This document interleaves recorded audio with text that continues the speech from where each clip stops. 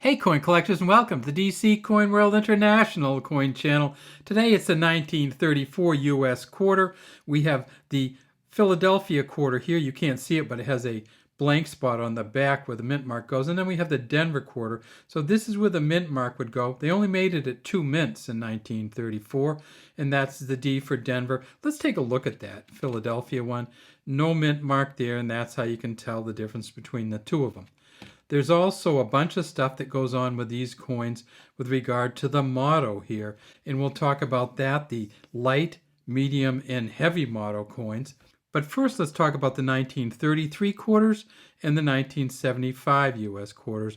What do they have in common? Well, they're the 2 years that the United States did not make the Washington quarter.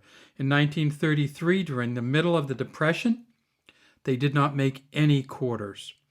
In 1975, because they had the 76 bicentennial quarters come out, they didn't make any 75 quarters. They actually made bicentennial quarters in 1975.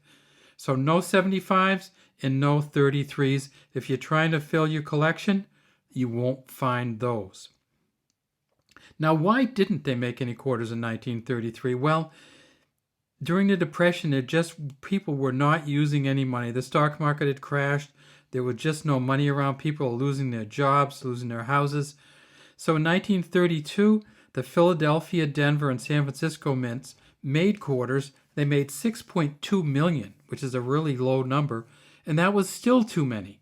The banks couldn't get them out, and a lot of banks were closed, by the way, and so it was hard to get money onto the streets at all.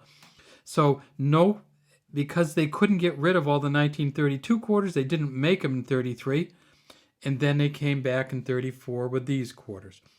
The Philadelphia quarter, they made 31.9 million.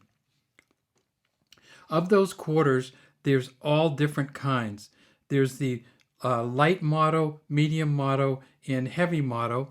There's also a double die obverse or front for those quarters, and they can go for as much as $11,500. So let's take a look at those. That's not going to be this quarter, of course.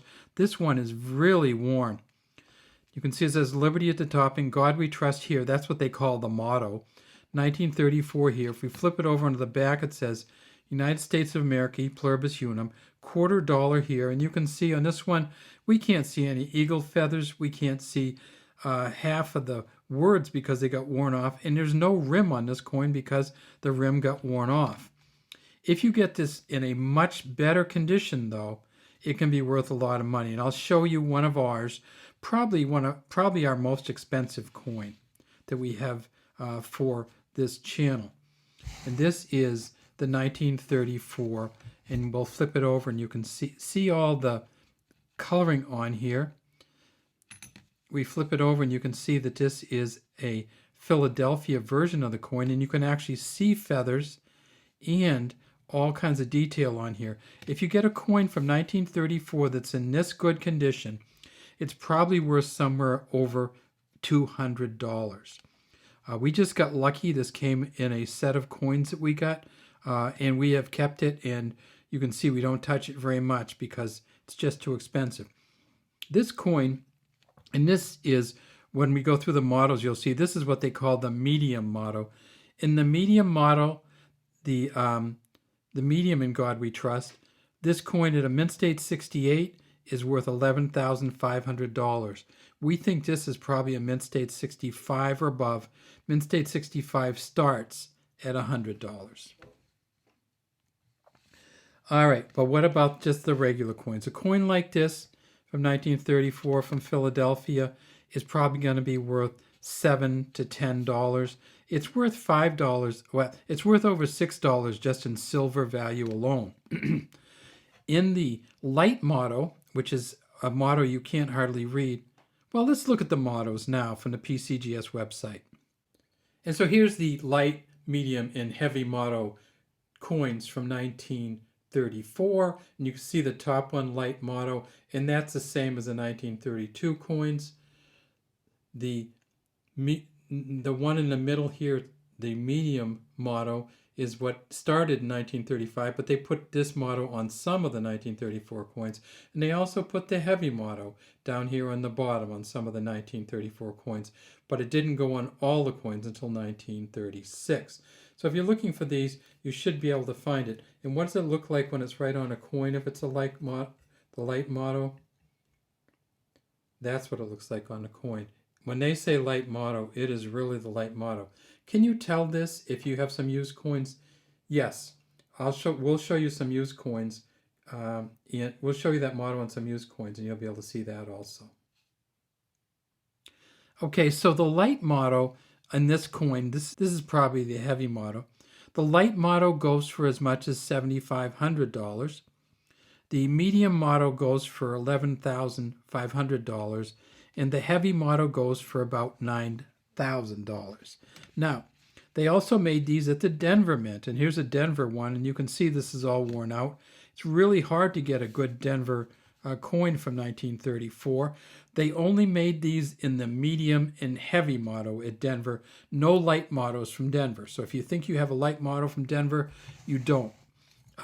They didn't make light mottos at Denver.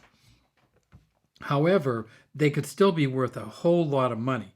The medium motto from Denver, the medium In God We Trust from Denver, they made 3.5 million quarters at Denver in 1934. The medium has gone for as much as 21,000.